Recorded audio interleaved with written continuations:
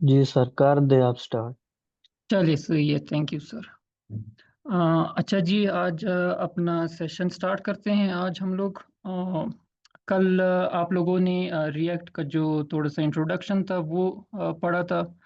और उसके बाद हम लोगों ने जो उसका सिंटैक्स था, JSX का जो सिंटैक्स था वो हम लोगों ने देखा था। और लास्टली हम लोगों ने जो फंक्शनल कंपोनेंट्स है वो किस तरह क्रिएट होते हैं वो पढ़े थे। तो आज हम लोग जो प्रैक्टिकली अपना फर्स्ट रिएक्ट एप्लीकेशन क्रिएट करेंगे VS कोड में, वो देखेंगे कि हम लोग अपना जो रिएक्ट एप्लीकेशन है वो किस तरह से स्टार्ट करते हैं, कैसे कहाँ से शुरू करते हैं और क्या प्रोसेस होता है उसका। उसके बाद हम लोग जो वर्चुअल डॉम का टॉपिक है वो थोड़ा सा टच करेंगे। और लास्टली अगर टाइम बचा हमारे पास तो प्रॉप्स एंड स्टेट उनको हम लोग स्टडी कर लेंगे। तो सबसे पहले हम लोग देखते हैं कि हम लोग अपना जो रिएक्ट एप्लीकेशन है वो स्टार्ट किस तरह करते हैं, या उसको ज़ीरो से बनाते किस तरह से हैं। तो आपको अपनी रिएक्ट एप्लीकेशन स्टार्ट करने के लिए या बिल्ड करने के लिए आपने एक टूल यूज़ करना होता है जिसे हम वीट कहते हैं। वीट आपके पास क्या है? वीट आपको फ्रंट एंड के जो प्रोजेक्ट्स आपने क्रिएट करने होते हैं उनको वो मैनेज करता है। उनकी मतलब जो एडमिनिस्ट्रेशन या एडमिनिस्ट्रेटिव टास्क है वो वी टूल कंट्रोल करता है। जैसे कि डेवलपमेंट सर्वर को स्टार्ट करना, और जो आपके जो प्रोजेक्ट स्ट्रक्चर है उसको बनाना। और आपने अगर अपने एप्लीकेशन को प्रोडक्शन के लिए रेडी करना है तो उसको बंडल में कन्वर्ट करने के लिए और उसको ऑप्टिमाइज करने के लिए ये सब काम जो है हमारे पास ये वीट टूल है ये करता है। ये सिर्फ रिएक्ट एप्लीकेशन ही क्रिएट नहीं करता, बल्कि ये बाकी जो व्यू के प्रोजेक्ट्स है वो भी क्रिएट करता है। वनीला जो जावास्क्रिप्ट का अगर आपने प्रोजेक्ट क्रिएट करना है वो भी करता है। और भी बहुत सारे फ्रेमवर्क्स के जो फ्रंट एंड के प्रोजेक्ट्स आपने क्रिएट करने होते हैं, जो स्टार्टिंग पॉइंट है वो वीट है। तो वीट हमारे पास एक बिल्ड टूल है जिसकी मदद से हम अपना फ्रंट एंड जो प्रोजेक्ट है वो मतलब उसको स्टार्ट करवाने के लिए हम लोग एक टूल के ज़रिए उसको इम्प्लीमेंट करते हैं, जो कि हमारे पास है वीट। इसी तरह हमारे पास जो ये कमांड में npm लिखा है, npm हमारे पास एक स्टोर की तरह है जहाँ पर डिफरेंट टूल्स, लाइब्रेरीज और फ्रेमवर्क्स स्टोर होते हैं। आपको जो भी चीज़ चाहिए है, या कोई टूल, किसी टूल की ज़रूरत है आपको, या कोई लाइब्रेरी आपको रिक्वायर है, तो आप npm के स्टोर से उसको डायरेक्टली अपने प्रोजेक्ट के फोल्डर में इंस्टॉल कर सकते हैं। यहाँ पर हम लोगों को वीट टूल की ज़रूरत है, तो हमने npm क्रिएट करके वीट का नाम लिख दिया और आगे उसका वर्जन लिख दिया कि जो भी लेटेस्ट वर्जन है उसको हमारे रिएक्ट ऐप का जो फोल्डर है उसमें डाउनलोड कर दो। तो बेसिकली npm हमारे पास स्टोर है जिसमें बहुत सारे different tools, libraries already built in मौजूद होते हैं। हमने इनको सिर्फ अपने प्रोजेक्ट में इंस्टॉल करना होता है। तो ये सिंपल कमांड के ज़रिए हम लोग अपना जो रिएक्ट एप्लीकेशन है उसको स्टार्ट कर सकते हैं अपने लोकल किसी भी फोल्डर में। तो हम लोग इसको प्रैक्टिकली स्टार्ट कर देते हैं। मैं इसको डिलीट कर देता हूँ।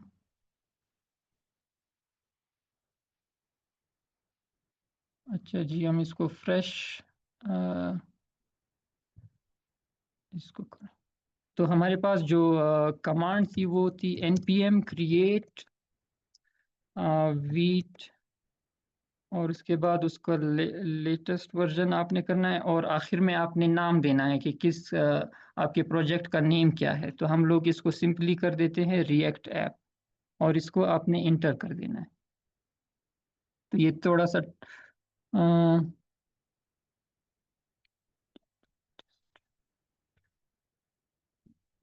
एक minute, npm create.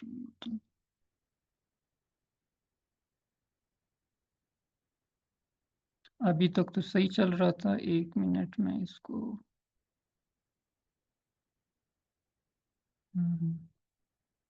npm create read create hyphen फिर रीड फिर रिएक्ट टाइप आएगा। गलत लिखा हुआ सिंटेक्स। क्या है, सॉरी?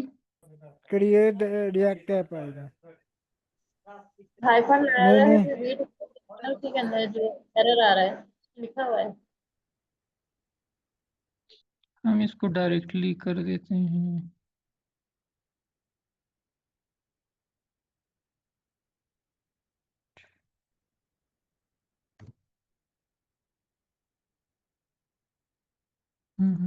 आपने कहा क्या एरर आ रहा है इसमें? एनपीएम एरर के ऊपर वाली लाइन देखें वो कॉपी करके पेस्ट करें एनपीएम के साथ। npx के साथ? एनपीएम एनपीएक्स करो। मैंने अभी npm के साथ किया था तो ऑलरेडी रन हो रहा था। चले npx के साथ इसको कर देते हैं।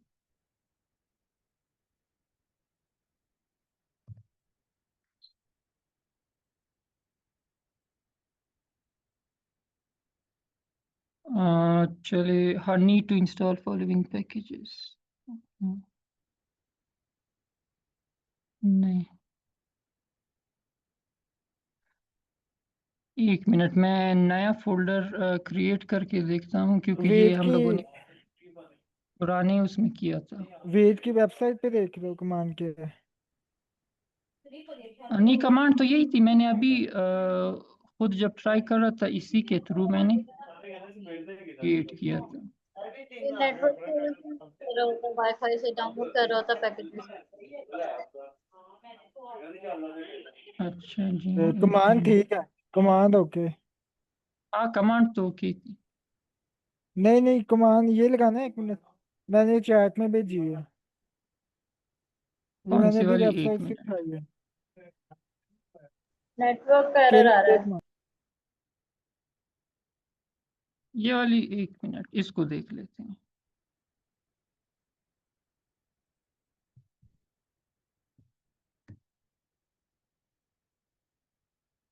नहीं, फिर भी वही है। इस नए फोल्डर में देख लेते हैं, एक मिनट। हम्म,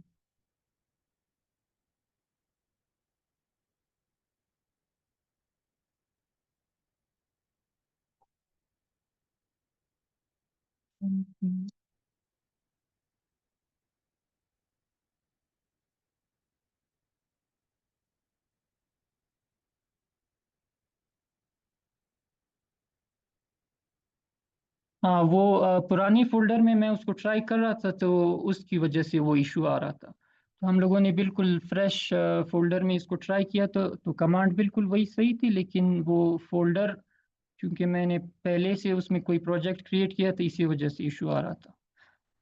अच्छा जी, तो जैसे ही आप लोगों ने कमांड इंटर करनी है उसके बाद वो आपसे पूछेगा कि क्या आपने कौन से फ्रेमवर्क में काम करना है। तो चूंकि हम लोग रिएक्ट में रिएक्ट का प्रोजेक्ट बना रहे, तो हम सबसे पहले रिएक्ट को सेलेक्ट करेंगे। उसके बाद वो आपसे वेरिएंट का पूछेगा कि किस वेरिएंट पे बनाना है। फिलहाल हम लोग सिंपल जावास्क्रिप्ट यूज़ करेंगे और इसको आपने नो कर देना है। Install with npm and start now, इसको मैं एक दफ़ा नो कर देता हूँ। अच्छा जी, हमारे पास जो हमारा प्रोजेक्ट है वो क्रिएट हो गया है और इसके अंदर उसने ऑटोमेटिकली कुछ फोल्डर्स और कुछ फाइल्स उसने क्रिएट कर दी हैं। इस स्टेप के बाद आपने अपने प्रोजेक्ट के अंदर प्रोजेक्ट की डायरेक्टरी में अपने टर्मिनल को चेंज करना है और आपने npm इंस्टॉल की कमांड यूज़ करनी है। npm इंस्टॉल हमारे पास जो आपके प्रोजेक्ट की डिपेंडेंसीज है, मतलब जो भी फाइल या जो भी लाइब्रेरी उसको रिक्वायर होगी वो खुद ही ऑटोमेटिकली सब कुछ डाउनलोड करके आपके फोल्डर में इंस्टॉल कर देगा। आपको कोई भी मैनुअली अलग अलग से लाइब्रेरीज या टूल्स जो भी आपके प्रोजेक्ट को रिक्वायर है उनको इंस्टॉल करने की ज़रूरत नहीं है। आपने सिर्फ ये एक npm इंस्टॉल कमांड लिखनी है वो, और वो ऑटोमेटिकली हर चीज़ जो उसको रिक्वायर होगी वो इंस्टॉल कर लेगा। तो हम लोग इसको मैं बंद कर देता हूँ। तो सबसे पहले हम लोग npm इंस्टॉल, अब यहाँ पर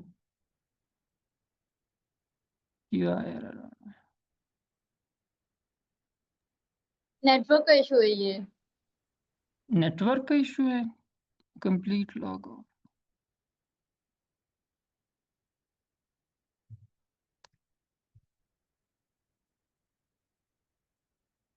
कि उसकी एक मिनट सीडी करना, CD react dash app command लगाएं। हाँ बिल्कुल, वो हम लोगों ने मिस कर दिया है। हम लोग अपने वो क्या कहते हैं, उसकी डायरेक्टरी में आ जाए, बिल्कुल react dash app. React app. हाँ बिल्कुल, हाँ सॉरी। ये मिस्टेक हम लोगों ने की थी कि हम लोग डिफरेंट फोल्डर में इसको कर रहे थे। अभी होपफुली ये वर्क करेगा। अच्छा जी, अब ये अपनी सारी जो डिपेंडेंसीज है वो उसको इंस्टॉल कर रहा है, और जैसे ही वो इंस्टॉल हो जाएंगे हमारे पास यहाँ पर एक फोल्डर नोड मॉड्यूल्स के नाम से शो हो जाएगा हमें। हम्म,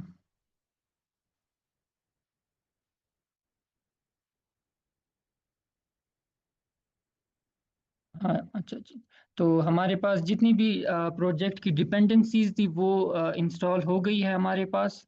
और जो ये नोड मॉड्यूल्स का फोल्डर है हमारे पास, इसमें देख सकते हैं बहुत सारी हमारे पास टूल्स है, डिफरेंट जो भी इसके लाइब्रेरीज है, जैसे रिएक्ट के फंक्शंस है, सब उसने ऑटोमेटिकली डाउनलोड कर दिए हैं और इस फोल्डर में उसने सबको मर्ज कर दिया है। तो इस फोल्डर को हमें स्टडी या इसको पढ़ने की कोई ज़रूरत नहीं है, ये सिर्फ हमारे रिएक्ट एप्लीकेशन की वर्किंग के लिए है। इसमें जो भी चीज़ हमें रिक्वायर होगी वो ऑलरेडी इसने पहले से इंस्टॉल करके रख ली है, ताकि हमारे रिएक्ट एप्लीकेशन स्मूथली, और जो भी हम कमांड्स या फंक्शंस उससे रिक्वायर करेंगे तो वो हमें ऑटोमेटिकली दे देगा। तो इसके बाद हमारे पास हमारा जो प्रोजेक्ट है वो तो क्रिएट हो गया है, और इसको हम अभी इसको टेस्ट कर लेंगे। हमने अपने सर्वर को npm run dev के थ्रू अपना जो डेवलपमेंट सर्वर है उसको स्टार्ट करना है।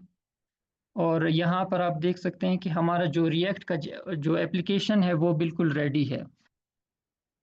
जैसे ही मैं ये काउंट के ऊपर क्लिक कर रहा हूँ तो ये इंक्रीज हो रहा है, तो इसका मतलब ये है कि हमारा जो रिएक्ट एप्लीकेशन है वो बिल्कुल सही तरीके से वर्क कर रहा है, इसमें कोई भी इशू या एरर नहीं है। तो इस तरह से ये 3 स्टेप्स में हम लोग अपना जो फर्स्ट रिएक्ट एप्लीकेशन है वो क्रिएट कर सकते हैं। सबसे पहले आपने ये कमांड देनी है, इसके थ्रू आपका जो प्रोजेक्ट स्ट्रक्चर है वो क्रिएट हो जाएगा, और जो भी इसको डेवलपमेंट सर्वर चाहिए या जो भी फाइल्स है वो ऑटोमेटिकली वो डाउनलोड कर देगा with the help of wheat tool. उसके बाद आपने लाजमी प्रोजेक्ट का जो आपने नेम यहाँ पर लिखा है उसके अंदर आपने अपनी डायरेक्टरी को चेंज करना है, क्योंकि हम लोग जब कर रहे थे तो यही आ रहा था कि हम लोगों ने डायरेक्टरी चेंज नहीं की थी। तो सबसे पहले आपने डायरेक्टरी चेंज करनी है अपने जो आपने यहाँ पर क्रिएट की है रिएक्ट की। उसके बाद आपने npm इंस्टॉल की कमांड देनी है ताकि वो हर जो डिपेंडेंसी है वो उसको इंस्टॉल कर ले। और लास्ट में आपने अपना npm run dev की कमांड देकर उसको डेवलपमेंट सर्वर आपका जो है स्टार्ट हो जाएगा। तो ये हमारे पास सिंपल एक रिएक्ट जो एप्लीकेशन है वो क्रिएट हो गया है। तो अब हम इसके जो प्रोजेक्ट स्ट्रक्चर है उसको थोड़ा सा स्टडी कर लेते हैं कि इसने ये क्या क्रिएट किया है, और ये हर एक फाइल हमारे पास क्या फंक्शन कर रही है और इसका क्या मकसद है हमारी रिएक्ट एप्लीकेशन की फोल्डर में। तो सबसे पहले हम लोग देख लेते हैं ये जो पैकेज लॉक, एक मिनट, इसने 2 फाइल्स बनाई हैं। अच्छा जी, इसको छोड़ दे, पता नहीं इसने 2 ऑटोमेटिकली क्यों बनाई है, वैसे ये एक ही फाइल होती है पैकेज लॉग जेसन के नाम से। ये हमारे पास जो ये वीट कॉन्फ़िगरेशन की फाइल है, इसका मतलब ये है कि जो वीट टूल है उसकी कॉन्फ़िगरेशन को सेट करने के लिए या उसके मॉडिफाई करने के लिए ये इसका एक कॉन्फ़िगरेशन फाइल है। आप इसमें चेंजेस कर सकते हैं, लेकिन ये आपने इसको एज इट इज़ रहने देना है। इसमें आपने फ़िलहाल कोई चेंजेस नहीं करनी। इसी तरह से ये एक रीड मी फाइल है आपके प्रोजेक्ट का। ये पैकेज डॉट जेसन जो फाइल है, ये आपके पास आपके जो रिएक्ट एप्लीकेशन की जो सारी डिटेल्स है या इसकी जो आपकी एप्लीकेशन की इंफॉर्मेशन है वो इसमें स्टोर रहती है। जैसे कि हमारे एप्लीकेशन का नाम क्या है, हम लोगों ने रिएक्ट डैश ऐप दिया है, तो हमारे रिएक्ट ऐप का नाम स्टोर कर सकते हैं इसमें, उसने ऑटोमेटिकली खुद ही स्टोर किया है। उसके बाद उसका वर्जन दिया है, चूंकि ये हमारा फर्स्ट वर्जन है, कोई हम लोगों ने उसके कोई वर्जन्स में उसको कन्वर्ट नहीं किया है, हमारा फर्स्ट ही वर्जन है, तो यहाँ पर 00 लिखे हैं सब। उसके बाद उसने टाइप लिखा है मॉड्यूल। मॉड्यूल का मतलब है कि हम लोग ES6 के जो फीचर्स है वो यूज़ करेंगे। मतलब हमारे पास जो न्यू जावास्क्रिप्ट हम लोगों ने पढ़ी थी उसके फीचर्स हम लोग यूज़ करेंगे अपने रिएक्ट एप्लीकेशन में, तो टाइप उसने मॉड्यूल रखा है। उसके बाद उसने कुछ स्क्रिप्ट्स डिफाइन की है, जैसे हम लोग ने npm run dev लिखा था, उसका मतलब ये है कि npm run vite, लेकिन हम लोग जो है अपने प्रोजेक्ट में वीट यूज़ नहीं करते। हम लोग एक यूनिवर्सल टर्म या कीवर्ड यूज़ करते हैं अपने डेवलपमेंट को स्टार्ट करने के लिए, उसको हम लोग डेव से डिनोट करते हैं। इसीलिए उसने यहाँ पर एज अ एलियस नेम लिखा है। एलियस नेम का मतलब है वीट को उसने रिप्लेस किया है डेव, लेकिन हम लोग जब npm run dev लिखते हैं उसका मतलब यही है कि npm run vite, कि हमारा जो डेवलपमेंट सर्वर है उसको स्टार्ट कर दो। तो इसी तरह उसने बिल्ड का मतलब है कि अगर हमारा ऐप पूरी तरह से फाइनलाइज हो गया है और हमने उसको प्रोडक्शन के लिए रेडी करना है, तो हम लोग लिखेंगे npm run build, तो ये प्रोडक्शन के लिए हमारी कमांड होगी। इसी तरह से उसने कुछ और भी यहाँ पर कमांड्स लिखी है जो हमारे काम की नहीं है। लास्टली उसने एक दो और ये जावा जो जेसन फाइल की आप लोगों ने जेसन का फॉर्मेट पढ़ा था, तो ये जो कॉन्फ़िगरेशन फाइल है जेसन फॉर्मेट में है। तो ये हमारे पास नीचे दो जेसन के जो ऑब्जेक्ट्स हैं, एक डिपेंडेंसीज है और एक डेफ डिपेंडेंसीज है। ये आप समझ लीजिए, इनका समझना ज़रूरी है कि डिपेंडेंसीज क्या होती है और डेफ डिपेंडेंसीज क्या है। डिपेंडेंसीज के अंदर हमारे पास उसने एक दो लाइब्रेरीज के नाम लिखे हैं, एक रिएक्ट डॉम। इसका मतलब ये है कि जो भी चीज़ यहाँ पर लिखी होगी डिपेंडेंसीज के अंदर, तो वो आपको प्रोडक्शन इन्वायरमेंट में भी रिक्वायर होगी। मतलब आप अगर अपने कोड को प्रोडक्शन इन्वायरमेंट में स्टोर कर रहे हैं, तो आपको लाजमी ये रिएक्ट और रिएक्ट डोम एप्लीकेशंस आपके सर्वर में इंस्टॉल होनी चाहिए। उसके बगैर आपका रिएक्ट एप्लीकेशन वर्क नहीं करेगा। तो जो भी यहाँ पर लाइब्रेरी या टूल का नाम डिपेंडेंसीज के अंदर होगा, डिपेंडेंसीज का उसका ऑटोमेटिकली मतलब ये है कि ये आपको ये टूल्स या ये लाइब्रेरीज या ये पैकेजेस आपको प्रोडक्शन में भी लाजमी चाहिए, उसके बगैर आपका जो एप्लीकेशन है वो रन नहीं होगा। लेकिन यहाँ पर जो डेव डिपेंडेंसीज है, इसका मतलब ये है ये आपको सिर्फ अपनी एप्लीकेशन क्रिएट करने के दौरान आपको रिक्वायर है। मतलब ये प्रोडक्शन के लिए लाजमी नहीं है, आपको प्रोडक्शन में इनको इंस्टॉल करने की या स्टोर करने की ज़रूरत नहीं है। ये आपको सिर्फ हेल्प करती है आपकी जो एप्लीकेशन आप डेवलप कर रहे हैं उसको इजीली मैनेज करने या उसकी फॉर्मेटिंग बेहतर बनाने के लिए या उसकी रीडेबिलिटी को इम्प्रूव करने के लिए आपने कुछ टूल्स या कुछ पैकेजेस इंस्टॉल किए हैं जो आपको सिर्फ डेवलपमेंट के दौरान ही चाहिए, आपको प्रोडक्शन में इनको इंस्टॉल करने की कोई ज़रूरत नहीं है। तो ये हमारे पास डिपेंडेंसीज दो है और डेव डिपेंडेंसीज उसने खुद ही जो बिल्ट इन इंस्टॉल हुई है हमारे पास उसकी लिस्ट पूरी यहाँ पर शो की है।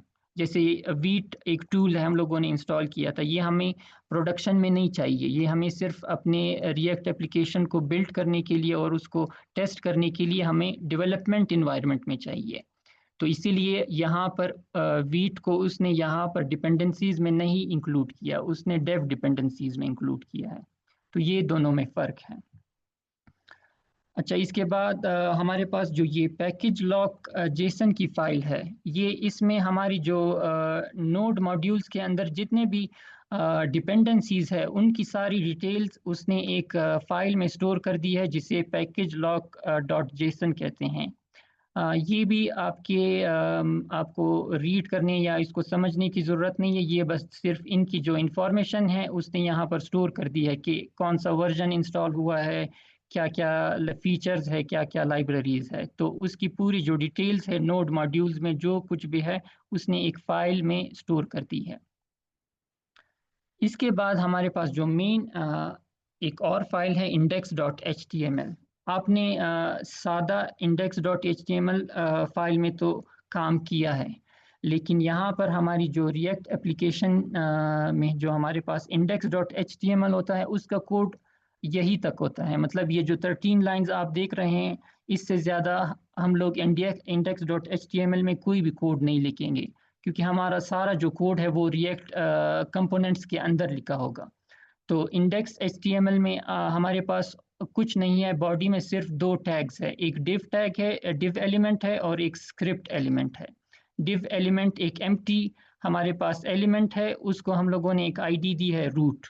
ये रूट आईडी हम लोग अपने रिएक्ट एप्लीकेशन में उसको एज अ रेफरेंस यूज़ करेंगे, और इसके अंदर अपना जो पूरा रिएक्ट का एप्लीकेशन है वो यहाँ इस div के अंदर वो स्टोर या रेंडर हो जाएगा। तो आपने सिर्फ इसमें जो हमारे index.html फाइल के अंदर है, ये सिर्फ एक एम्प्टी div क्रिएट उसने की है। बाकी जो भी इसके अंदर चीज़ें आएंगी वो हम लोग रिएक्ट एप्लीकेशन के थ्रू उसको बिल्ड करेंगे और यहाँ पर उसको रेंडर करवाएंगे। इसी तरह से हमारे पास जो स्क्रिप्ट का टैग है वो सिर्फ जो जावास्क्रिप्ट की लॉजिक है उसको इंजेक्ट करने के लिए हम लोगों ने लिखा है। तो इसको सिंपली हम लोगों ने सोर्स दिया है main.jsx कि आपने जावास्क्रिप्ट की फाइल कहाँ से लोड करानी है, main.jsx। तो index.html में आपने सिर्फ ये दो लाइंस जो है इम्पोर्टेंट है, बाकी हम लोग index.html में कोई भी और कोड नहीं लिखेंगे। जो भी कोड होगा वो हम अपने रिएक्ट की एप्लीकेशन में लिखेंगे। तो हमारा जो इंडेक्स HTML का कोड है वो यही तक ही होगा, बाकी काम हम लोग दूसरे कंपोनेंट्स में करेंगे। इसी तरह ये भी हमारे पास एक कॉन्फ़िगरेशन फाइल है ESLint की। ये लिंटर है हमारे पास, उसने वीट ने ऑटोमेटिकली इंस्टॉल कर दिया है, इससे भी हमारा कोई काम नहीं है। हमारे पास ये जो दूसरी फाइल है .gitignore, इसका मतलब ये है अगर आप अपने प्रोजेक्ट को गिटहब के ऊपर पुश कर रहे हैं या गिटहब के ऊपर उसको रिपोजिटरी में स्टोर कर रहे हैं, तो कौन कौन सी फाइल्स आपने इंक्लूड नहीं करनी। इग्नोर का मतलब यही है कि आपने इसको गिटहब के ऊपर पुश नहीं करना। तो इसमें जो भी चीज़ें जैसे कि सेंसिटिव डेटा होता है, हमारे पास पासवर्ड्स होते हैं या जो इन्वायरमेंट वेरिएबल्स होते हैं, हम उसको गिटहब के ऊपर पब्लिकली पुश नहीं करते। तो अगर आपके पास कोई सेंसिटिव डेटा है तो वो आप यहाँ पर डॉट करके उस जो भी फाइल का नाम है यहाँ पर इंक्लूड कर देंगे, फिर वो आपके जो गिटहब के ऊपर कोड जाएगा उसके अंदर इंक्लूड नहीं होगा। तो सिंपली जो भी चीज़ आपने इग्नोर करनी है इस फाइल के अंदर आप लिख सकते हैं उसको। इसके बाद हमारे पास नोड मॉड्यूल्स का जो फोल्डर है वो मैंने आपको बताया था कि डेव नहीं, आपके जो प्रोजेक्ट की डिपेंडेंसीज है सारी इसमें स्टोर है। तो ये आपको यहाँ से मतलब कोई मतलब इसको चेंज करने की या इसको पढ़ने की कोई ज़रूरत नहीं है, बस ये आपके प्रोजेक्ट के फोल्डर के अंदर मौजूद रहेगा आपके रिएक्ट एप्लीकेशन को बिल्ड करने के लिए। तो नोड मॉड्यूल सिंपली आपकी जो भी डिपेंडेंसीज रिक्वायर है उसने ऑटोमेटिकली इंस्टॉल कर दी है, बाकी हमारा इसके साथ कोई काम नहीं है। इसके बाद जो पब्लिक फोल्डर है, पब्लिक फोल्डर में आप कोई भी आपके पास जो स्टैटिक डेटा है आप इसमें स्टोर कर सकते हैं, जैसे कि आपके इमेजेस हो गए, आइकन्स हो गए, लोगोज हो गए आपकी वेबसाइट की। तो जो भी वो डेटा होगा वो आप पब्लिक फोल्डर में उसको क्या कहते हैं उसके अंदर अपलोड कर सकते हैं, और बाद में वो आपकी जो एप्लीकेशन है उसके अंदर आप उसको यूज़ कर सकेंगे। तो पब्लिक फोल्डर में जो भी आपका डेटा होगा स्टैटिक, जैसे इमेजेस वो हो गए, आप उसको पब्लिक के अंदर स्टोर करेंगे। जो सबसे आखिर में हमारे पास जो इम्पोर्टेंट फोल्डर है वो सोर्स का फोल्डर है। हमारी जितनी भी मतलब कोड हम लिखेंगे या जो भी चीज़ हम करेंगे वो 90% ऑफ द टाइम हम लोग सोर्स फोल्डर में ही काम कर रहे होंगे। बाकी जो उसकी हेल्प के लिए है ये सारी फाइल्स, लेकिन मेन जो हम लोगों का रिएक्ट एप्लीकेशन बिल्ड करेंगे वो सोर्स फोल्डर के अंदर है। सोर्स फोल्डर के अंदर भी हमारे पास कुछ एक फोल्डर है और एक 4 फाइल्स हैं। एसेट्स जो है चूंकि हम लोगों ने बताया था कि जो लाइब्रेरी होती है वो फ्लेक्सिबल होती है, वो आपको बाउंड नहीं करती। आप जिस तरह से चाहें अपने प्रोजेक्ट के स्ट्रक्चर को डेवलप कर सकते हैं, वो आपको बाउंड नहीं करता। तो आप एसेट्स का मतलब भी है आप इसमें कुछ अपनी जो डेटा है, जैसे इसने एक एसवीजी रिएक्ट का आइकन इसमें स्टोर कर दिया है, तो आप बेशक पब्लिक फोल्डर में अपनी इमेजेस या स्टैटिक डेटा स्टोर कर दे या एसेट्स में कर दे, वो आपके ऊपर डिपेंड करेगा कि आप किस चीज़ को ज़्यादा आपके लिए जो आसानी से या एफिशिएंट तरीका है वो आपके ऊपर डिपेंड करता है कि आप इसमें चाहे स्टोर कर ले या एसेट्स में कर ले। वैसे हम लोग एसेट्स जो है अक्सर ज़्यादा यूज़ नहीं करते, इसको हम लोग डिलीट कर देते हैं। बाकी रह गई हमारे पास ये app.css और index.css। app.css का मतलब ये दोनों CSS स्टाइलिंग की फाइल्स है। ऐप CSS जो स्टाइलिंग है वो सिर्फ आपके जो रिएक्ट के कंपोनेंट्स है, अगर उनकी हद तक आपने कुछ स्टाइलिंग करनी है तो आप app.css में उसको डिफाइन करेंगे, आपकी पूरी वेबसाइट नहीं। अगर आपने सिर्फ अपनी रिएक्ट के जो कंपोनेंट्स, हम लोग अभी एक कंपोनेंट बनाएंगे भी, तो अगर आपने अपने कंपोनेंट को कोई स्टाइलिंग देनी है या उसके ऊपर कोई भी CSS की प्रॉपर्टी यूज़ करनी है तो आप app.css में उसको डिफाइन कर सकते हैं। और दूसरी तरफ जो हमारे पास index.css की फाइल है वो आपके ओवरऑल आपके पूरे जो वेबसाइट है ग्लोबल कोई आपने स्टाइलिंग या ग्लोबली कोई आपने प्रॉपर्टी डिफाइन करनी है तो वो आप index.css में डिफाइन कर सकते हैं। लेकिन जो मेनली हम लोग अपने जो रियल वर्ल्ड एप्लीकेशन करते हैं उसमें हम ज़्यादा प्रेफर करते हैं कि हम लोग एक ही CSS फाइल को रहने दें। तो हम लोग app.css की जो फाइल है वो मोस्टली यूज़ नहीं करते। हम लोग एक index.css नाम आप कुछ भी दे सकते हैं, लेकिन हम लोग एक ही CSS की फाइल वो उसको रहने देते हैं और अपना जो सब CSS की जो स्टाइल्स है या CSS का जो कोड है वो एक ही फाइल में लिखते हैं। तो हम लोगों को दो फाइल्स मेंटेन या उसको मैनेज करने की ज़रूरत नहीं है।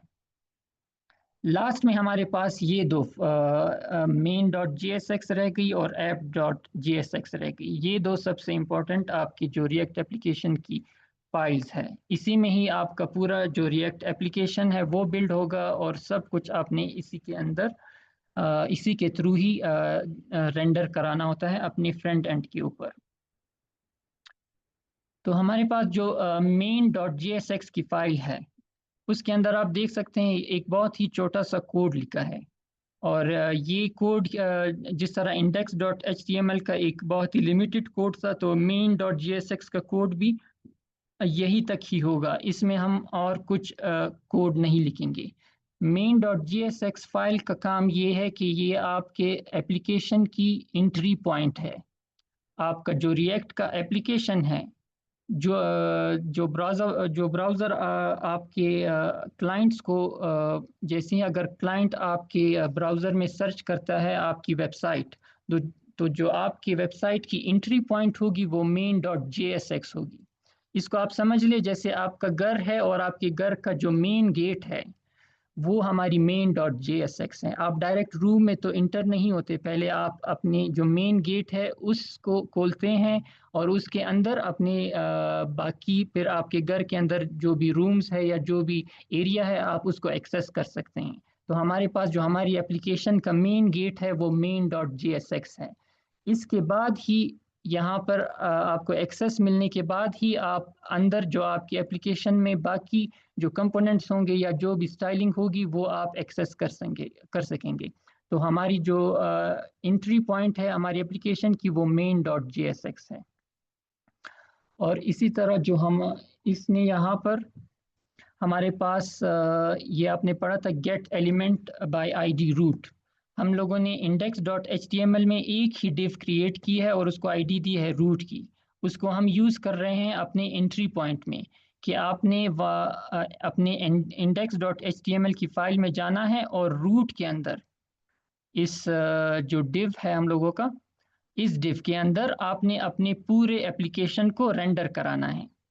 तो ये जो document.getElementById है, वो हम लोग पहले इस div को एक्सेस कर रहे हैं। उसके बाद हम लोग .render फंक्शन का यूज़ कर रहे हैं। .render फंक्शन में हम लोगों ने ऐप जो हमारा कंपोनेंट है, कल हम लोगों ने पढ़ा था ऐप हमारा रूट कंपोनेंट होता है, तो हम अपने div के अंदर अपने ऐप के कंपोनेंट को रेंडर कर रहे हैं। तो हमारा जो मेन .jsx का काम है वो सिर्फ आपकी रिएक्ट एप्लीकेशन को आपके जो डोम है, ये ब्राउज़र HTML तो एक्चुअली हमारे पास जब ब्राउज़र में कन्वर्ट होता है तो ये एज अ ब्राउज़र डोम होता है। तो ये हमारे जो मेन JSX है, ये सिर्फ इसका काम ये है कि आपकी रिएक्ट एप्लीकेशन को कनेक्ट करता है आपके ब्राउज़र डोम के साथ by getting the element using the root ID, और उसके बाद उसमें रेंडर करता है आपकी ऐप आपकी जो वेबसाइट है उसको रेंडर करता है। जो चीज़ भी आपने ऐप के अंदर डिफाइन की होगी वो आपकी वेबसाइट आपके फ्रंट एंड के ऊपर डिस्प्ले कर देगा। तो main.jsx फाइल का काम ही यही है, आपकी रिएक्ट एप्लीकेशन को कनेक्ट करता है आपके ब्राउज़र डोम के साथ। इसके बाद जो लास्ट फाइल है हमारे पास ये है app.jsx। app.jsx का जो फाइल है ये आपका रूट कंपोनेंट होता है। जो भी बाकी आप कंपोनेंट्स डिफाइन करेंगे वो आप इसी के अंदर ही एक मिनट, जो भी बाकी कंपोनेंट्स आपके एप्लीकेशन में होंगी वो आपने सबको ऐप कंपोनेंट के अंदर रेंडर कराना है। और ऐप कंपोनेंट को लास्टली हम लोग हमारी जो मेन JSX थी उसमें रेंडर कर रहे हैं। तो जो भी आप कंपोनेंट बनाएंगे उसको ऐप कंपोनेंट में यहाँ पर लिस्ट कर देंगे वो, और वो आपके जो फ्रंट एंड है उसके ऊपर डिस्प्ले हो जाएगा। तो यहाँ तक अगर किसी का कोई बात समझ में नहीं आई हो या कोई फाइल उसको समझ में नहीं आओ तो काइंडली वो आप पूछ सकते हैं। ये ओवरऑल हमारे रिएक्ट का जो कंप्लीट स्ट्रक्चर था और हर एक फाइल का क्या फंक्शन है, किस लिए यूज़ होता है, तो ये हम लोगों ने पूरा डिस्कस कर लिया है। तो उसके बाद हम लोग अभी एक जो सैम्पल कंपोनेंट है वो क्रिएट कर लेंगे। यहाँ तक अगर किसी का कोई क्वेश्चन हो।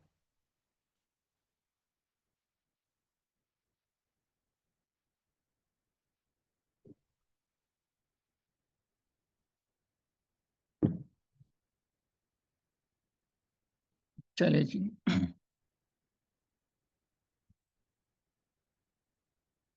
मैं इन सबको एक दफ़ा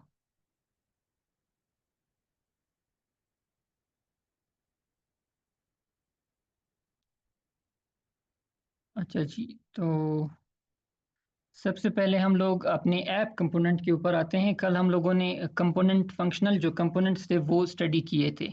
तो हम लोग आज सबसे पहले अपना एक जो फंक्शनल कंपोनेंट है वो क्रिएट करेंगे और उसके बाद देखेंगे कि हमारे जो फ्रंट एंड के ऊपर है वो किस तरह से रेंडर हो रहा है। तो अब हम लोग जो चीज़ भी करेंगे अपने ऐप कंपोनेंट के अंदर ही करेंगे। तो हमारा जो रूट कंपोनेंट है उसके अंदर हम लोग अगर चाहें कोई सबसे पहले तो हम लोगों ने रिटर्न स्टेटमेंट देनी होती है और उसके बाद हम एक H1 का टैग इसके अंदर शो करवा देंगे कि हेलो वर्ल्ड, और आप इसको सेव कर दें। अच्छा, हम लोगों ने यहाँ पर जो CSS का कोड है वो पूरा रिमूव कर देना है और पब्लिक फोल्डर को भी आप डिलीट कर दें, फिलहाल हमें इसकी ज़रूरत नहीं है। और उसके बाद मेन सही है, सही। अच्छा जी, तो देख सकते हैं कि हम लोगों ने पहला अपना कंपोनेंट जो है वो क्रिएट कर लिया है और हम लोगों ने जो h1 टैग अपने रूट कंपोनेंट के अंदर रेंडर किया था, वो हमारी जो वेबसाइट है उसके ऊपर शो हो रहा है। तो ये सिंपली हम लोगों ने ये फर्स्ट अपना जो रिएक्ट का कंपोनेंट है वो क्रिएट कर लिया है। लेकिन हम लोग रियल एप्लीकेशंस में इस तरह से अपना कोड नहीं लिखते, क्योंकि हमारा जो रिएक्ट का एप्लीकेशन है it is a component based architecture. Component based architecture का क्या मतलब है कि हम हर चीज़ को कंपोनेंट्स के अंदर उसको डिफाइन करेंगे, और कंपोनेंट्स के अंदर ही हम अपने हर जो पीस ऑफ वेबसाइट है उसको डिफाइन करेंगे। हम लोग रूट जो हमारे पास कंपोनेंट है उसके अंदर कोई भी लॉजिक या कोड नहीं लिखेंगे। रूट कंपोनेंट हम सिर्फ यूज़ करेंगे अपने ओवरऑल जो बाकी पीसेस है उनको लिस्ट डाउन करने के लिए, ताकि फाइनली हमारी वेबसाइट के ऊपर पूरा जो यूआई है हमारा टॉप टू बॉटम वो शो हो। तो अब हम लोग सबसे पहले अपना जो ये वेलकम का जो कंपोनेंट है इसको एक अलग से हम लोग यहाँ पर फोल्डर क्रिएट करेंगे, और उसको हम लोग नेम दे देंगे कंपोनेंट्स का। उसके अंदर हम लोग एक न्यू फाइल न्यू कंपोनेंट हम लोग जनरेट कर देंगे कि वेलकम डॉट JSX। JSX जो है एक्सटेंशन है हमारे पास एक JS जावास्क्रिप्ट एक्सटेंशन होती है और एक .JSX है। JSX जो है रिएक्ट के जो सिंटैक्स है उसको शो कर रहा है। तो इसीलिए हमारे पास जो हमारी कंपोनेंट या हर फाइल के आगे आप देख रहे हैं कि .JSX लिखा है इंस्टेड ऑफ .JS। ये .JSX इसीलिए लिखा है क्योंकि हम लोग रिएक्ट एप्लीकेशन में काम कर रहे हैं। तो हम अपने कोड को यहाँ से कट करके इसको एक नया कंपोनेंट क्रिएट करेंगे और उसको नाम देंगे वेलकम का, और उसके बाद हम लोग एक रिटर्न का स्टेटमेंट देंगे, और उसके बाद अपना सही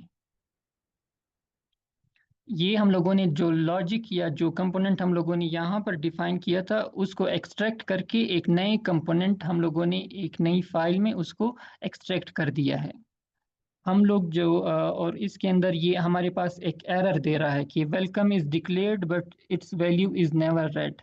तो ये जब तक हम इसको एक्सपोर्ट नहीं करेंगे, या इसको हम लोगों ने डिफाइन तो कर दिया है लेकिन एक्सपोर्ट नहीं किया, अगर हम इसको एक्सपोर्ट नहीं करेंगे तो हम इसको बाकी अपने ऐप में यूज़ ही नहीं कर सकेंगे। तो आपके कंपोनेंट को क्रिएट करने के बाद आपने इसको एक्सपोर्ट भी करना होता है। तो आप एक्सपोर्ट कीवर्ड के ज़रिए इसको एक्सपोर्ट का कीवर्ड लिखेंगे, फिर डिफ़ॉल्ट कीवर्ड लिखेंगे, और इसके बाद अपने जो कंपोनेंट का नेम है वो यहाँ पर लिख देंगे। तो हमारे पास जो एरर है वो रिमूव हो गया है।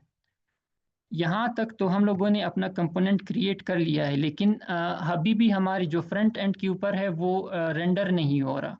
ये क्यों? क्योंकि हम लोगों ने एक्सपोर्ट भी कर दिया है लेकिन तब भी ये हमारे पास शो नहीं हो रहा। तो सिर्फ आपने अपने कंपोनेंट को डिफाइन नहीं करना, और इसको आपने रूट कंपोनेंट के अंदर रेंडर भी कराना होता है। क्योंकि जैसे कि मैंने बताया था कि आप जो भी कंपोनेंट क्रिएट करेंगे एट द एंड आपने उसको ऐप कंपोनेंट जो हमारा रूट कंपोनेंट है उसके अंदर रेंडर कराना होता है। तो अपने किसी भी कंपोनेंट को रूट के अंदर रेंडर कराने के लिए सबसे पहले आप उसको इंपोर्ट करते हैं। इंपोर्ट करेंगे और आप जो कंपोनेंट का नेम है वो लिखेंगे, और उसने ऑटोमेटिकली जो फाइल पाथ है उसने वो खुद ही इंसर्ट कर दिया है। तो यहाँ पर हमारे पास है इंपोर्ट वेलकम। वेलकम हमारा जो कंपोनेंट है फ्रॉम कहाँ से ये इंपोर्ट कर रहा है? कंपोनेंट्स का जो फोल्डर है उसके अंदर एक हमारी जो फाइल है वेलकम, वहाँ से इंपोर्ट कर रहा है हमारा जो ये कंपोनेंट है। सबसे पहले आपने इंपोर्ट कर लिया, उसके बाद आपने यहाँ पर इसको यूज़ करना है। रिटर्न हम लोग स्टेटमेंट देंगे, और इसके बाद आपने जो सेल्फ क्लोजिंग टैग है हम लोगों ने HTML में पढ़ी थी, तो सेल्फ क्लोजिंग टैग के थ्रू आप इसको रेंडर करा सकते हैं। आपने वेलकम दिया है और ये इसका सिंटैक्स होता है।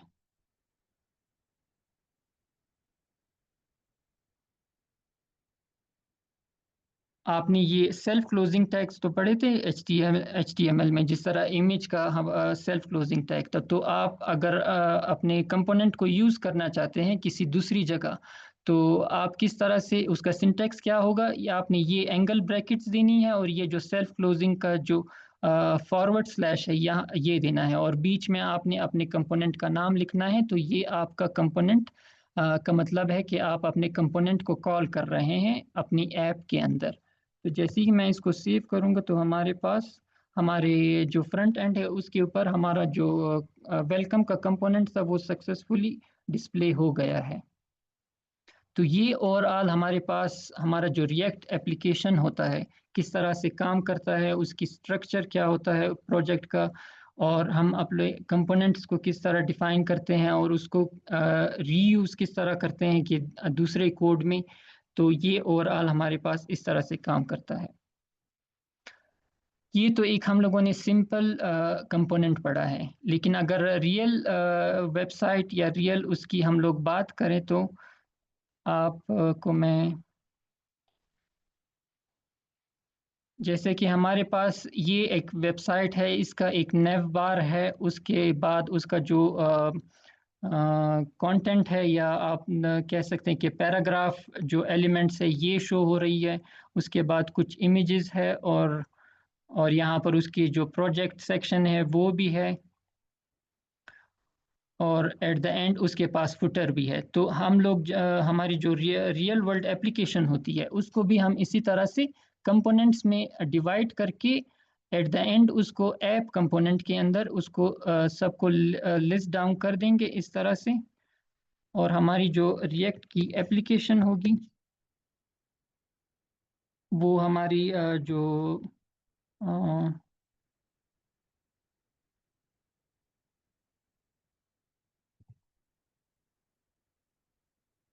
फर्ज करें सबसे पहले मैंने एक कंपोनेंट बनाया है नेव बार का, तो मैं इसको पहले नेव बार यहाँ पर लिखूंगा।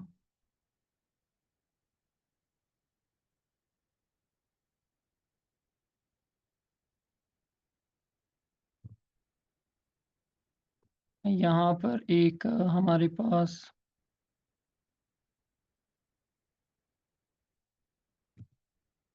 अच्छा जी, वो पहले एरर आ रहा था। तो अगर आपकी रियल वेबसाइट की अगर हम बात करें तो आप जैसे कि बताया था कि आपने अपनी वेबसाइट को कंपोनेंट्स में डिवाइड करना होता है, और हर एक कंपोनेंट को अलग अलग आप उसका लॉजिक उस कंपोनेंट की फाइल के अंदर उसका लॉजिक भी आप वहीं पर डिफाइन करेंगे। उसका जो यूज़र इंटरफेस या उसका जो स्ट्रक्चर HTML कोड है वो भी इसी फाइल के अंदर आप डिफाइन करेंगे, और जो इसका CSS होगा वो भी आप इसी फाइल के अंदर सब कुछ तीनों चीज़ें एक ही साथ डिफाइन कर देंगे, और एट द लास्ट आप उसको ऐप के अंदर रेंडर करा देंगे। तो आपका जो ये नेव बार का जो कंपोनेंट है आपके वेबसाइट के ऊपर डिस्प्ले हो जाएगा।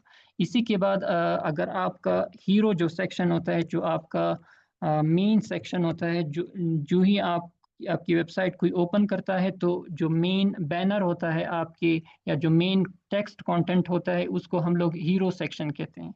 फर्ज करें आपने हीरो सेक्शन का एक अलग कंपोनेंट क्रिएट कर लिया है, तो उसको भी आप इसी तरह से इसको यहाँ पर लिस्ट कर देंगे। अभी जैसा कि मैंने बताया था कि JSX must have one parent element, ये अभी हमारे पास यही एरर शो कर रहा है कि आपने एक से ज़्यादा JSX कोड या एक से ज़्यादा कंपोनेंट्स लिख दिए हैं, लेकिन इनका कोई पेरेंट एलिमेंट नहीं है, इसीलिए हमारे पास ये एक एरर दे रहा है। तो हम इनको एक पेरेंट एलिमेंट में स्टोर करा देंगे तो ये एरर जो है रिमूव हो जाएगा। इसी तरह से फ़र्ज़ करें आपका जो बाकी कंटेंट है, फ़र्ज़ करें आपने एक एक्सपीरियंस सेक्शन का आपने अगर पोर्टफोलियो बनानी है तो उसमें एक एक्सपीरियंस सेक्शन का भी कंपोनेंट होगा, वो आप यहाँ पर डिफ़ाइन कर देंगे। उसके बाद आपके पास अगर कोई प्रोजेक्ट्स का अलग से आपने उसका कंपोनेंट बनाया होगा तो वो भी आप क्रिएट करने के बाद यहाँ पर उसको लिस्ट डाउन कर देंगे। लास्ट में आप जो आपने जो फुटर बनाया होगा उसको भी आप यहाँ इस तरह से उसको लिस्ट डाउन कर देंगे। तो जो आपका रूट कंपोनेंट है वो आपके पूरे जो छोटे छोटे कंपोनेंट्स है एक साथ कंबाइन करके इस वेबसाइट की शक्ल दे देगा और आपकी वेबसाइट पूरी एक फॉर्म में जो हमारी जो स्ट्रक्चर है वो उसी स्ट्रक्चर में आ जाएगी। तो सबसे पहले आपने नेव बार देना है, फिर हीरो सेक्शन, फिर जो भी उसके बाद कंपोनेंट है वो रेंडर होगा, उसके बाद प्रोजेक्ट्स रेंडर होंगे और उस सबसे लास्ट में आपके पास फुटर होगा। तो जो भी रियल एप्लीकेशन होती है वो इसी तरह से बिल्ड होती है। अब आपने हम लोगों ने तो यहाँ पर लिस्ट डाउन कर दिए हैं, लेकिन हर एक को हम लोगों ने यहाँ पर कंपोनेंट्स फोल्डर के अंदर अलग अलग इसकी फाइल बनानी है। और उसी फाइल जैसे हम लोगों ने यहाँ पर वेलकम का किया था, वेलकम फर्स्ट करें आप समझ ले हमारा जो नेव बार कंपोनेंट है ये हमारे पास नेव बार कंपोनेंट की फाइल है। तो यहाँ पर आपने जो भी उसका लॉजिक है, जो भी उसका HTML कोड है, जो भी उसकी CSS होगी वो आपने पूरे इस फाइल एक ही फाइल के अंदर लिख देनी है। इस फाइल में नेव बार के अलावा कोई भी कोड नहीं होगा आपके पास। एट द लास्ट आपने उसको एक्सपोर्ट कर देना है और एक्सपोर्ट करने के बाद अपने जो आपका रूट कंपोनेंट ऐप कंपोनेंट है उसके अंदर आपने इंपोर्ट करवाना है और इंपोर्ट करने के बाद उसको सिंपली आपने यहाँ पर रेंडर करा देना है। तो जैसे ही आप रेंडर करेंगे तो आपकी वेबसाइट के ऊपर शो हो जाएगा। तो इस तरह से हम लोग अपने रिएक्ट एप्लीकेशन रियल वर्ल्ड में बिल्ड करते हैं कंपोनेंट्स के थ्रू, और एट द एंड हम लोग इसको अपने रूट कंपोनेंट में लिस्ट डाउन करके हमारी पूरी एप्लीकेशन तैयार हो जाएगी। तो ये ओवरऑल हमारे पास जो रिएक्ट का एप्लीकेशन का कॉन्सेप्ट था या उसके जो भी स्ट्रक्चर या फाइल्स थी और किस तरह से हम लोग क्रिएट करते हैं ये चीज़ें हम लोगों ने पढ़ ली है। तो यहाँ तक अगर किसी को कोई बात समझ नहीं आई हो तो वो काइंडली आप पूछ सकते हैं, वरना हम लोग थोड़ा सा फिर टाइम तो नहीं है वरना थोड़ा सा वर्चुअल डॉम को वो पढ़ लेते हैं जितना भी हो सके। यहाँ तक अगर किसी का कोई क्वेश्चन हो।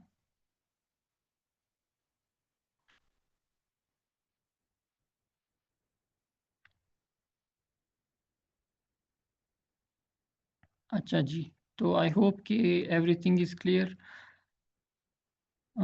तो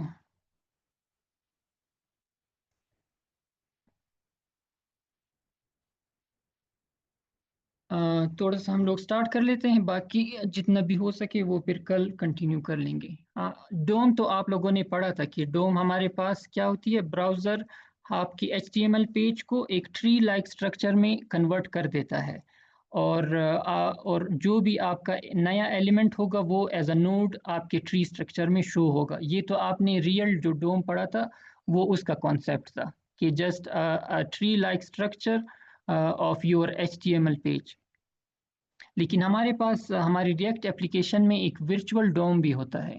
हमारी जो रिएक्ट एप्लीकेशन में के पास दो डोम होते हैं, एक तो रियल डोम जो ब्राउज़र यूज़ करता है और एक हमारी एप्लीकेशन के अंदर एक अपना वर्चुअली एक डोम क्रिएट करता है।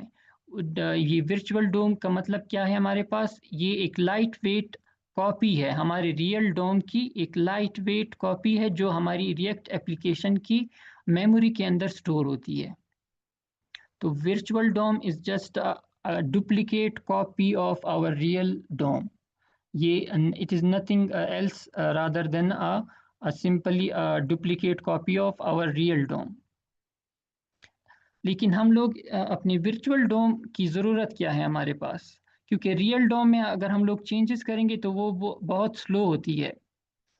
जैसे ही आपने अगर यहाँ पर कोई और एक एलिमेंट, कोई पैराग्राफ या कोई H1 एलिमेंट ऐड कर दिया है तो हमारा जो अगर रियल डोम होगा वो नए सिरे से पूरी अपनी ट्री को कंस्ट्रक्ट करेगा, उसको उसमें जो भी चेंजेस होंगे वो उसके अंदर वो अपडेट करेगा, लेकिन अपनी पूरी ट्री को दोबारा से रिकैलकुलेट करेगा और री रेंडर करेगा।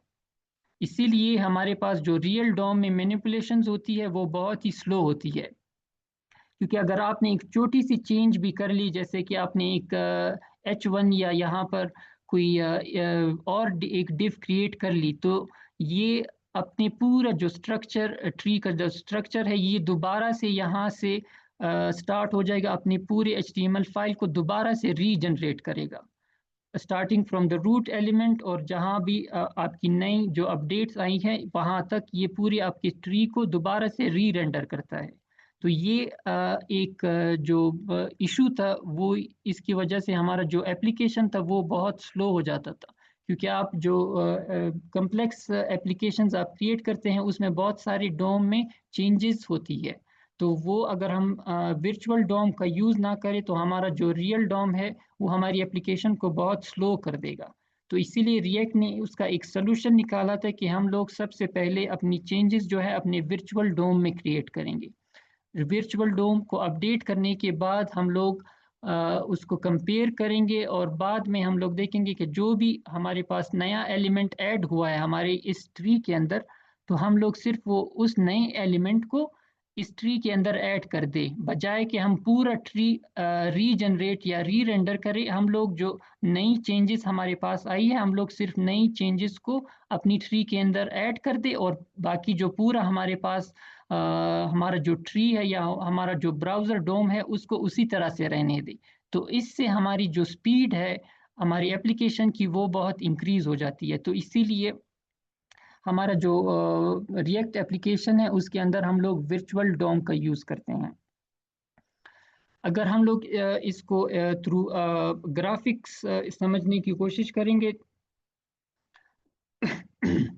तो सबसे पहले फर्ज करिए हमारे पास हमारी एक्चुअल डोम है, उसके अंदर एक डिव है, डिव के अंदर दो हमारे H1 और H2 एलिमेंट्स है, ये आपका ब्राउज़र डोम है। लेकिन रिएक्ट एप्लीकेशन में क्या होता है, रिएक्ट एप्लीकेशन सबसे पहले जैसे ही आप रिएक्ट एप्लीकेशन क्रिएट करेंगे ये इसकी कॉपी अपने मेमोरी में स्टोर कर देगा। ये आप देख रहे हैं कि वर्चुअल डोम यहाँ पर लिखा है, इसने एज इट इज़ जो भी हमारा एक्चुअल डोम था उसको कॉपी कर लिया है और अपनी स्टोरेज या अपनी मेमोरी के अंदर उसकी कॉपी स्टोर कर ली है। यहाँ तक तो बात ठीक है कि उसने सिर्फ हमारा जो डोम था एक्चुअल उसकी कॉपी बना ली है और उसको स्टोर कर लिया है अपनी मेमोरी के अंदर। लेकिन अब जो एक्चुअल डिफरेंस है वो यहाँ पर आता है। आप फर्ज करें आपके जो स्ट्रक्चर है उसके अंदर कोई चेंज आ गया है, चेंज मतलब हमने एक H3 जो हेडिंग है वो ऐड कर दी है अपने स्ट्रक्चर के अंदर। जैसे ही हमारे वेबसाइट या वेब पेज के ऊपर कोई चेंज आया है तो वो हमारा रिएक्ट एप्लीकेशन क्या करेगा, इसके पास तो वर्चुअल डोम ऑलरेडी क्रिएट हुआ है, लेकिन जो जो चेंज हमारे पास नया चेंज आया है वो एक नया वर्चुअल डोम क्रिएट करेगा। ये तो पुराना वर्चुअल डोम है, जैसे ही चेंज आया हमारी एप्लीकेशन के अंदर वो एक नया वर्चुअल डोम क्रिएट कर देगा और जो चेंजेस आई हैं वो उसको भी इंक्लूड कर देगा अपनी डोम में। यहाँ तक तो बात आपको समझ आ गई होगी कि पहले उसके पास पुराना डोम था, लेकिन जो चेंजेस की वजह से उसने एक नया वर्चुअल डोम क्रिएट कर लिया है और जो नई चेंजेस थी उसको भी इंक्लूड कर लिया है। लास्ट स्टेप में ये क्या करेगा कि ये डोम ही इन ब्राउजर दोनों, सॉरी, अच्छा रियल तो डोम जो बता लास्ट रहे हैं आप वही ब्राउजर। आपकी आवाज़ सही नहीं आ रही थी। रियल डोम जो बता रहे हैं आप वही हमारा ब्राउजर का डोम यूज हो रहा है जो कि ओल्ड डोम है। नहीं नहीं नहीं, ये वाला डोम आपकी इसको कह रहे हैं।